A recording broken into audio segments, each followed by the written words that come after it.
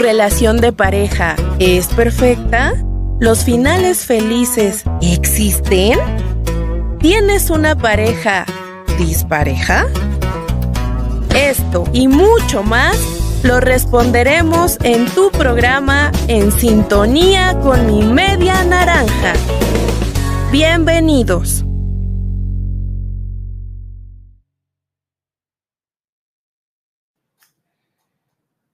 Hola, hola, ¿cómo están? Bonito día. Es 26 de junio de 2024, pues prácticamente ya como les decía, estamos ya totalmente a mitad del año. Están en su programa En Sintonía con mi Media Naranja y el día de hoy hablaremos con respecto a un tema muy controversial y este tema tiene que ver con la parte de la pareja y la alienación parental. Y bueno, hay muchos otros términos que están utilizando. Bien, la interferencia parental, que ahora es como se denomina, pues muchos autores han ido hablando de ella. Es un concepto pues como muy controversial y esta interferencia parental puede ser considerada una situación de conflicto específicamente en temas de divorcio, ¿no? Cuando la pareja ya decide pues no continuar, entonces se recurre mucho a la interferencia parental y sobre todo en casos de violencia. La definen como una intromisión, voluntaria en la comunicación y en la relación con el progenitor no custodio, es decir, si el peque, la peque está con la mamá, entonces ellos comentan que tiene que ver con una situación por parte de la mamá, como tener alguna relación con el otro padre. También puede ser, y ellos lo definen, en donde se le insulta delante del hijo o cuando se le excluye de la vida del menor. Algunos autores definen las interferencias parentales como dinámicas que implican comportamientos que dañan la relación de un niño con uno de los progenitores y lo diferencian de la alienación parental, dado que dicen que la alienación sería el resultado, o sea, esta parte repetitiva y sistemática de la interferencia. Este concepto, sobre todo, es muy considerado por algunos hombres que ejercen violencia de género en el momento de estar ante una instancia legal debido a divorcio y en donde, bueno, naturalmente se tiene una situación ahí como muy complicada, ¿no? Y bueno, en esta ocasión, para ello, quiero darle la bienvenida a Rocío Corral. Ella es maestra en Derecho Familiar. Ella ha estado estudiando muchísimo en la UVM, tiene una trascendencia importante. Ella estudió la maestría en Derecho Familiar por el Colegio Universitario del Distrito Federal, es licenciada en Derecho por la UVM, tiene un diplomado en Violencia Familiar por la Universidad del Valle de México y tiene un diplomado en Género en la Economía de Políticas Públicas. Y bueno, cuenta con experiencia de 27 años como asesora jurídica y abogada postulante de mujeres. Y ya está Rocío, ya se pudo conectar. Bienvenida, Rocío. Gracias, Ivette. No te escuchamos, ya te escuchamos. ¿Ya? Gracias, muchas gracias por la invitación. Ya te escuchamos. Bueno, creo que tengo problemas que de repente me como saca que la de aplicación. repente se va un poquito el sonido, Rocío. A ver si ahí estoy. ¿Estoy bien? ¿Me escuchan bien? Hola, hola. Hola. Hola, hola. ¿Me escuchan? Yo ¿Me te escucho perfecto. Hola, hola. A ver, déjenme muevo de lugar para ver si tenemos una mejor conexión. Denme un segundo, por favor. Rocío, no sé si quieras, mientras en lo que agarra bien mi conexión, hablarnos un poquito de tu trayectoria como abogada. Claro que sí, con gusto. No sé si me escuchen bien. Muy buenos días. Bueno, yo soy maestra en Derecho Familiar, soy licenciada en Derecho por la Universidad del Valle de México y pues bueno, tengo más de 20 años, 21 años, ya no sé cuántos llevo, como abogada, defensora de los derechos de las mujeres, directora y presidenta del Centro de Apoyo a la Mujer Margarita Magón, que es una asociación civil que tenemos 37 años trabajando la atención de las violencias contra las mujeres, en particular la violencia en el ámbito familiar, a través de, bueno, varios servicios, incluyendo la asesoría jurídica a mujeres y litigio en materia familiar. Este, pues bueno, es un gusto poder estar y compartir con ustedes el día de hoy. Excelente, Rocío. A ver, ¿ahí me escuchan un poquito mejor? Yo te escucho perfecto. Excelente. Ok, pues vamos aquí, Rocío. Digo, estamos en un programa en vivo y de pronto los programas en vivo, bueno, pues todo puede suceder, ¿verdad? Claro que sí, y además con la tecnología. A ver, no sé si me ven mejor. Así Perfecto. es, totalmente. Bueno, pues un poco aquí con la vista en el árbol, a ver si tenemos mejor conexión. Bien, Rocío, pues es un tema muy controversial, no sé tú cómo lo observes, pero realmente es un tema como muy complicado, ¿no?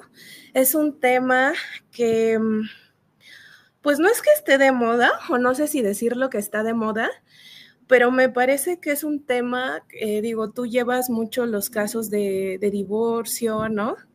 De esta parte de los niños, de violencia de género, de la violencia que en muchas ocasiones se ejerce hacia la mujer y cómo muchas veces en esta parte jurídica, en esta parte legal, cómo en muchas ocasiones se recurre a esta parte de, de justificarlo o no sé, como un síndrome de alineación parental, que bueno, ya hemos hablado que hay muchos nombres, le van introduciendo muchos nombres, y que para mí es como una forma de, pues de culpar a la mujer, ¿no? De hacer responsable a la mujer de la violencia que ejercieron hacia ella. No sé cómo tú lo mires, Rocío. Claro que sí, mira, primero me gustaría diferenciar Ay, los ya no te... términos. Me gustaría diferenciar los términos. En primer lugar, la alienación parental es un supuesto síndrome que no está reconocido ni por la psicología ni por la psiquiatría y se basa en una teoría de un sujeto psiquiatra llamado Richard Gardner. Él decía que las mujeres inventaban violencia sexual en contra de sus hijas y de sus hijos, ejercida por el padre, para evitar las convivencias. Este supuesto síndrome, como les digo, no está reconocido. Sin embargo, se implementó en nuestra legislación por ahí del 2006. Posteriormente lo volvieron, bueno, se derogó de nuestra legislación, lo volvieron a incorporar y lo volvieron a derogar. Como no está reconocido por la psicología ni la psiquiatría, mucho menos por el derecho, lo que hicieron fue adecuar otros términos que van de la mano con la alienación parental, que nada tiene que ver con la manipulación. Y ahorita quisiera abordarlo. La interferencia parental, ¿no?, es cuando se supone que una o uno de los progenitores, impiden la convivencia de las hijas y de los hijos con su otra u otro progenitor, ¿no? Este término es derivado de la alienación parental. No significa lo mismo, pero es derivado de, ¿no? Y de ahí es que se hacen diversas acciones como la revinculación familiar, y eso lo incorporan en el sistema de impartición de justicia, es decir, en los juzgados de lo familiar sobre todo. Eh, Sin embargo, lo que se deja ver es que ya existe además violencia institucional en virtud de que Por un lado, el agresor, que es el papá de las niñas y de los niños, demanda convivencias o insiste en convivir, ¿no?, con las niñas y con los niños cuando ha sido víctima de violencia. La mujer, las hijas y de los hijos. Y la otra parte que hablamos de violencia institucional es cuando la autoridad no se percata, ¿no?, que es su obligación, además, una obligación de Estado en cumplimiento a los tratados internacionales, no se percata o no se quiere percatar de la violencia que ejerce este sujeto en contra de la madre, de las hijas y de los hijos. Y entonces acuerdan esta revinculación familiar. Por lo regular se realizan en el centro de convivencias familiar supervisada o supervisada familiar, siempre me confundo, es convivencia familiar supervisada, el SECOFAM. Y ahí hacen alguna entrevista e intentan de primera instancia ver cómo es la convivencia.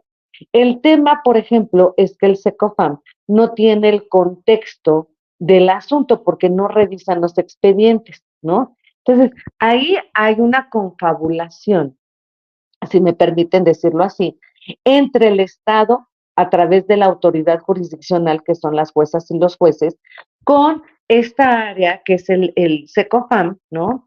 Que es una área auxiliar del tribunal, con el agresor. Y eso es muy grave y es en donde las mujeres se tienen que dar cuenta que ya nos decía Sonia Vaccaro, la creadora del término de violencia vicaria, una pareja violentadora, ¿no?, o un agresor nunca puede ser un buen padre, ¿no? O sea, finalmente impacta a las hijas y a los hijos. Entonces, ese es el contexto teórico y cotidiano que viven las mujeres víctimas de violencia ahora con este eh, término, este concepto que tiene auge y que es creado por los seguidores de Richard Gardner, quien creó la alienación parental. Claro, y fíjate todo esto que comentas y gracias por hacer esta diferencia, ¿no? Por esta clarificación, porque de pronto a mí me parece que son conceptos a los que se recurre mucho, como tú bien decías, ¿no? Como para justificar que la mujer sea violentada y para seguirla violentando más, ¿no? O sea, para justificar una violencia emocional muy fuerte por parte del hombre hacia la mujer y entonces ahora respaldar que fue la mujer quien tuvo la culpa. Y volvemos al tema de la manipulación, ¿no? Yo manipulo ahora en la parte legal, yo te violento ahora desde tus hijos, o sea, desde nuestros hijos, pero se vuelven como un instrumento para seguir manipulando, ¿no? Para seguir violentando. Y entonces aquí Rocío, te quería preguntar, de acuerdo a los casos que tú has llevado, porque bueno, tienes una trayectoria muy importante al respecto, de acuerdo al interés superior del niño, la alienación parental es una amenaza en contra de sus derechos. O sea, ya hablábamos como del tema de la mujer, ¿no? Cómo la mujer es violentada. Pero cómo los niños de este matrimonio o de esta unión que se dio en algún momento, cómo también son violentados a partir de ocupar este tipo de perspectiva, ¿no? Que no tiene ninguna solvencia, como decías. Sí, miren, esto se vuelve una forma más o un tipo más de violencia contra las mujeres, que es la violencia vicaria. La violencia vicaria es la violencia que se ejerce en contra de las mujeres a través de interpósita persona. Cuando digo interpósita persona, quiere decir a través de una tercera persona. Esto se realiza en su mayoría de las ocasiones a través de las hijas y de los hijos. Entonces, una de las formas de ejercer violencia vicaria es promover juicios que a todas luces son improcedentes, pero que de alguna manera provocan presión en las mujeres. Este tipo de juicios es guardia y custodia, régimen de visitas y convivencias, y entonces lo que hacen los agresores es promover este tipo de juicios para violentar a las mujeres. Ajá. ¿A través de quién? A través de las hijas y de los hijos, que también resultan ser víctimas de violencia. ¿De quién? Pues del agresor, que es el progenitor, es el padre. Entonces, por supuesto que en este, digamos, concepto, ¿no? Que se está utilizando y estas actividades, ¿no? Que dan cumplimiento a este concepto a través de los órganos jurisdiccionales, claro que violentan a las hijas y a los hijos, por supuesto. Imagínense ustedes que obligan a convivir, ¿no? Y no solamente a convivir, sino a llevar a cabo esta, le llaman revinculación familiar con el progenitor a una niña o a un niño que ha sido testigo de un intento de feminicidio de su mamá, por ejemplo. Entonces, por supuesto que es violencia por parte del agresor progenitor, pero también del Estado. No olvidemos que el Estado mexicano como país, pues, ¿no? Tiene la obligación de aplicar, digamos, unas medidas reforzadas, así le llaman en el derecho internacional. ¿A qué se refiere esto? Las medidas reforzadas en casos donde las niñas y los niños están involucradas o involucrados en un procedimiento, tiene que ver con, uno de los supuestos es, perdónenme, el atender el interés superior de las niñas y de los niños. ¿Qué quiere decir esto? Que por encima de cualquier otro derecho se tiene que velar y tutelar el derecho de la infancia y la adolescencia, o sea, todas y todos los menores de edad, ¿no?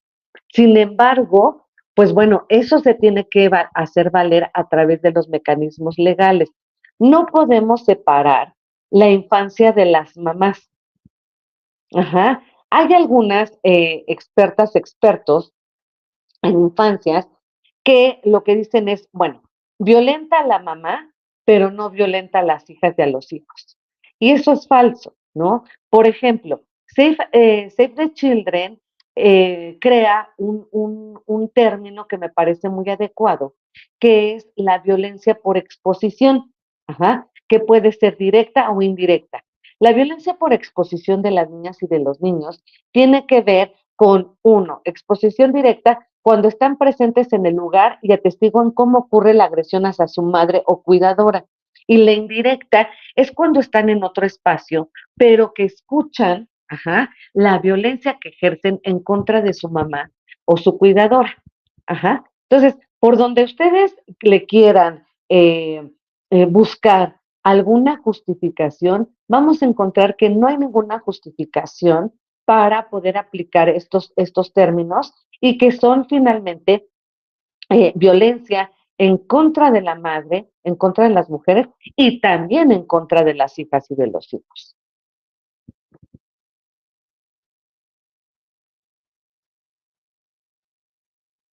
Claro, Rocío. Ay, esta conexión va y viene. Pero bueno, sí, totalmente, totalmente. Creo que, digo, algo que a mí me pasa mucho en la consulta con los niños, con las niñas y con los niños, es que llegan en una situación de mucha confusión, ¿no?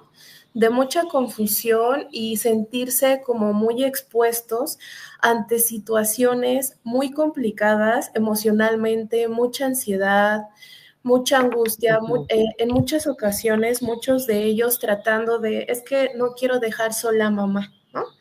No quiero dejar sola a mamá y como con esta idea del papá, de es que lo quiero, ¿no? O sea, lo quiero porque es mi papá y porque los niños tienen esa parte, pero al mismo tiempo le temo mucho, le tengo mucho miedo, ¿no? Y eso no es como algo impuesto por la mamá, porque la mamá también tiene miedo. Creo que valdría la pena, Rocío, que pudiéramos, en la medida de lo posible, como aclarar la diferencia en esos casos donde no hay violencia, ¿no? O sea, creo que la violencia hace la diferencia. En esos casos de divorcio donde no hay violencia y donde sí, sobre todo en la parte económico, es de tú no vas a ver a tus hijos, ¿no? Que es muy diferente, de acuerdo a mi perspectiva y de acuerdo a lo que yo he visto en mis consultantes, Es muy diferente eso a una situación donde hay violencia y donde yo justifico, ¿no? La violencia a partir de decir que la mamá es la que está manipulando entre comillas a mi hijo, ¿no? Entonces, no sé. Sí, pues la violencia es el ejercicio abusivo de poder para dominar, para someter, para controlar, ¿no? De ahí partimos. Cuando hay una situación que no exista, pero no es el común denominador, de decir, no ves a tus hijos, en ocasiones habría que indagar por qué hay esa amenaza. Si hay esta amenaza porque no otorgan pensión alimenticia, hay, sí hay violencia y hay violencia económica. Ajá. ¿Por qué? Porque hay una obligación de las y los progenitores de brindarles los alimentos, ¿no? Que incluye absolutamente todo, escuela, alimentos, atención médica, etcétera, ¿no? Entonces, lo primero que tenemos que hacer es poder observar, y para eso hay unas herramientas de análisis de género que nos permiten también visualizar qué es lo que está pasando y el contexto. Ahora, si yo estoy ya analizando desde el contexto que no existe ningún tipo de violencia del progenitor en contra de las hijas y de los hijos y que nada más es no los ves porque yo no quiero, bueno, ahí estamos hablando de otro contexto que inclusive sería violencia en contra de las y los menores de edad. Pero lo que yo he visto a través de una trayectoria de más de 20 años, no a lo que me dedico, es que en muchas ocasiones esta amenaza responde a el incumplimiento a las obligaciones alimentarias. Ajá. No es la forma de decir, pues ahora no lo ves, pero qué fácil es, ¿no? El poder gozar, lo pongo entrecomillado, de derechos del agresor, ¿no? Sin tener una responsabilidad o cumplir con las obligaciones. No sé si estoy respondiendo a la pregunta, ajá, pero sí debemos de ser conscientes y además revisar el contexto cuando hay esta amenaza de que no ves a los hijos. O sea, cuando me dicen, es que le impide ver a los hijos, ¿sí? Da pensión alimenticia, es un padre que cumple con las obligaciones de crianza que establece el Código Civil para la Ciudad de México, que tiene que ver que aunque esté lejano, por alguna situación, que haya una separación, que viva en otro lugar, etcétera, está atento a la salud de las hijas y de los hijos, a las atenciones, a los cuidados, a las demostraciones de afecto, o cómo es esa paternidad, ¿no? Entonces, sí me parece importante y no dejarlo así como la amenaza de tú no vas a ver a tus hijos, ¿no? Es que es violencia o no es violencia. Pues finalmente no tendríamos que ver el contexto de esa situación en particular. Y recurriendo también, ¿no? A los derechos de los niños y de las niñas. O sea, creo que es como en conjunto, el derecho de todos, ¿cierto, Rocío? O sea, el Sí, derecho de pero, las niñas, de la mujer, de... sí, Ujú. pero, perdón, es que oye, es como retrasar el sonido. Sí, el derecho de la infancia, pero que tampoco el derecho de la infancia tiene que transgredir el derecho de las otras partes, progenitores, en este caso de las mujeres. Cuando hay un incumplimiento a los alimentos, a la pensión alimenticia y a las obligaciones de crianza, no solamente se violenta a las niñas y a los niños, porque finalmente las mamás hacen absolutamente todo para no dejarlos sin comer.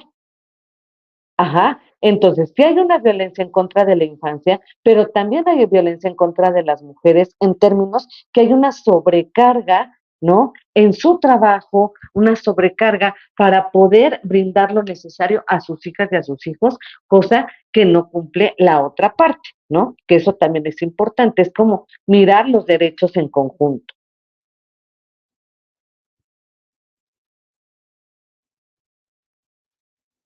Ok, sí, sí, sí, sí. Y fíjate que creo, Rocío, que digo, sobre este tema, nadie nos escapamos de que haya un poquito más de información, ¿no? O sea, creo que necesitamos, me atrevo a decir, digo, no soy abogada, ¿verdad? Pero creo que los abogados, creo que la parte de la autoridad como en términos legales. Creo que la parte de la psicología, Rocío, o sea, porque si bien yo soy una persona, digo, tenemos aquí un par de tiempo de conocernos, ¿no? Y aunque soy una persona que atiende mucho a niñas y niños en situaciones de violencia, sobre todo mucha de mi trayectoria en cosas de violencia sexual, pues yo me encuentro mucho con este tipo de situaciones. Y quiero decir que lo encontramos más continuo de lo que nos gustaría, ¿no? Este tipo de situaciones es como estadísticamente, digo, no tengo la estadística como aquí a la mano, pues, pero sí me puedo dar cuenta que es una situación a la que se recurre mucho, ¿no? A la que se recurre mucho para justificar. Creo que la violencia hacia las mujeres es algo mucho más grande de lo que se ha mencionado. Es una situación, la violencia es mucho más escondida de lo que creemos, ¿no? La violencia la relacionamos con golpes y decimos, ah, sí hay violencia, ¿no? Pero todos los demás tipos de violencia, como esta violencia vicaria, Rocío, que ojalá en algún momento nos puedas hablar un poco más legalmente al respecto de la violencia vicaria, que viene muy acompañada, como lo decías, como con esta parte de la parte de alienación parental o del síndrome. Y bueno, hay tantos nombres ahí, ¿no? Que se van, un nombre no funciona, entonces buscamos otro. Este no funciona, entonces vamos a buscarle otro. Es como buscarle tres patas al gato cuando sabemos que tiene cuatro, ¿no? Pero creo que es una situación donde nos hace falta mucha prevención, donde nos hace falta mucha intervención, o sea, creo que, y no se trata de duro contra los hombres, ¿no? No se trata de ahora vamos a violentar a los hombres como en muchas ocasiones lo dicen. Se trata de darle mención a este tipo de situaciones, se trata de ir poniendo un alto, de aportar desde nuestro lugarcito, ¿no? Y bueno, esta parte, como bien lo decías, Rocío, se da como consecuencia del sesgo de género, de los estereotipos negativos, sexistas, de falta de información y de acceso de las víctimas a información jurídica. O sea, hay muchas mujeres que no tienen la posibilidad de tener un apoyo jurídico y un apoyo jurídico de una persona que tenga perspectiva de género, ¿no? O sea, que tenga una visión de género, una visión donde pueda mirar esta parte como muy escondida, como muy debajo de la alfombra, porque no cualquier abogado, digo, me disculparán los abogados, pero no cualquiera tiene esta perspectiva. De hecho, hay jueces, ¿no? Hay jueces que luego se busca con perspectiva de género, que en su mayoría, bueno, pues esa parte no está. Y bueno, vale la pena recordar el abuso de este pseudoconcepto fue señalado por parte de la Relatoría de la ONU, sino que también lo han señalado muchos organismos internacionales y regionales defensores de los derechos humanos, como el Comité de Expertas de Mecanismo de Seguimiento de la Convención de Belém do Pará, por tratarse de un instrumento para ejercer violencia en contra de la mujer, sus niñas y sus niños. De hecho, se hizo una denuncia conjunta al respecto en agosto de 2022 y todas estas, pues estos, digamos, reuniones o este tipo de acuerdos que incluso son de nivel internacional y que es importante como poder hablar al respecto de esto, ¿no? Si me permite, Sibel, ¿en qué sirve, por ejemplo, la revinculación familiar? Porque tampoco es que la revinculación familiar no sea algo viable, ¿no? La revinculación familiar es, por ejemplo, cuando, no sé, el progenitor se fue a trabajar a China, ¿no?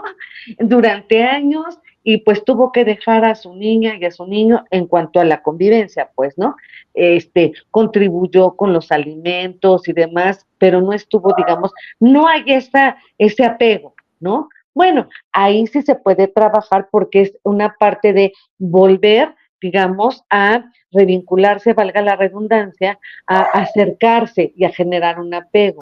Pero eso, por supuesto, que no funciona y es contraindicado, ¿no? Y es contrario a los derechos cuando existe violencia, ¿no? Que hace ratito me preguntabas también cuándo sí, cuándo no, como en esta Ujú, parte. claro. Entonces, es cuando tuvieron que salir o, por ejemplo, que no sé, una persona estuvo enferma mucho tiempo, estuvo alejada, ¿no? Las niñas y los niños no hay ese apego aún porque pues estuvieron separados por alguna situación, cuando estuvieron privados de la libertad por situaciones, ¿no? Diversas.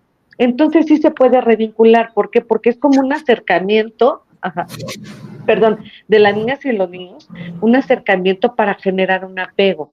Pero por supuesto que esto no puede ni debe de ocurrir cuando existe violencia, porque no vas a revincular ni a generar un apego con el agresor. Y es como les digo, un ejemplo tan absurdo como puede ser que, a ver, revincúlate para que generes un apego, ¿no? Seguro con el violador. Claro que no, ¿verdad? O decir, ¿sabes qué? Pues bueno, con el que te secuestró, revincúlate, perdónalo. O sea, de verdad que puede ser tan absurdo, pero cuando se trata de la violencia contra las mujeres en el ámbito familiar, las niñas y los niños, lo vemos como desde otra perspectiva.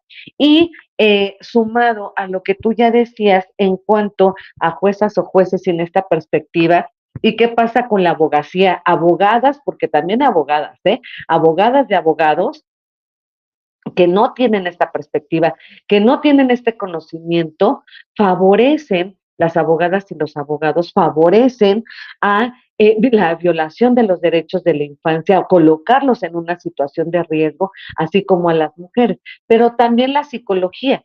Yo he tenido dictámenes, o sea, por favor, los dictámenes de SECOFAM es basados en teorías explicativas, ¿no? Que no están avaladas por la psicología, que no son aplicables a las situaciones de violencia, al contexto de violencia, que ni siquiera conocen el expediente, o psicólogas y psicólogos particulares que también se casan con estas teorías explicativas que no están avaladas por la psicología, que no deben de ser aplicadas a los casos de violencia y que entonces fomentan, ¿no? O refuerzan la violación de derechos a las niñas, niños, adolescentes, a las mujeres, ¿no? Por supuesto, y es un enjambre, digamos, de violaciones de derechos a las mujeres, las niñas y los niños, ¿no? Entonces, urge, ¿no? Urge esta capacitación en estos términos, ¿no? De alienación parental, ¿por qué no está avalada? Interferencia parental, que van de la mano con la revinculación familiar, ¿no?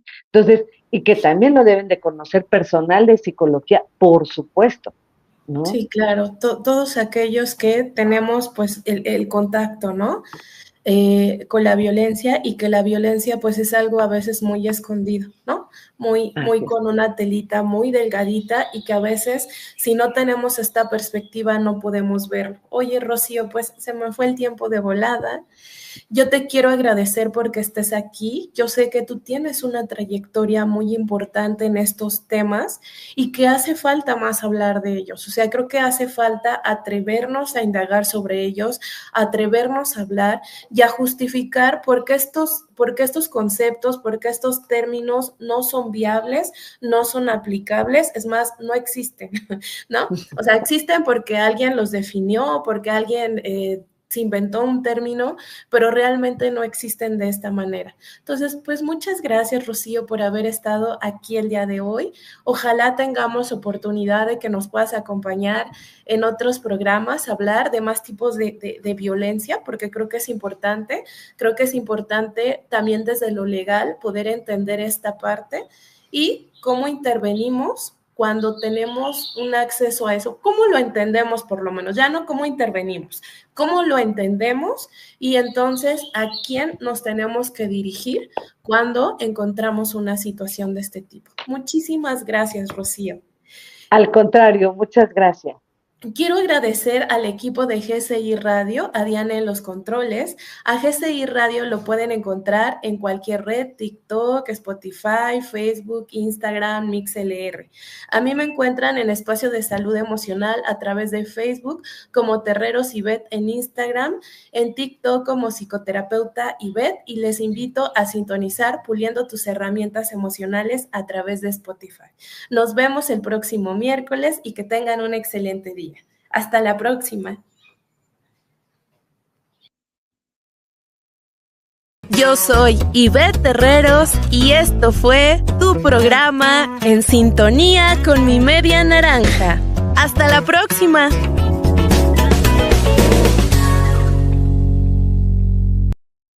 Por GCI Radio. Proyectamos tu marca. GCI Radio. GCI Radio. Proyectamos tu marca.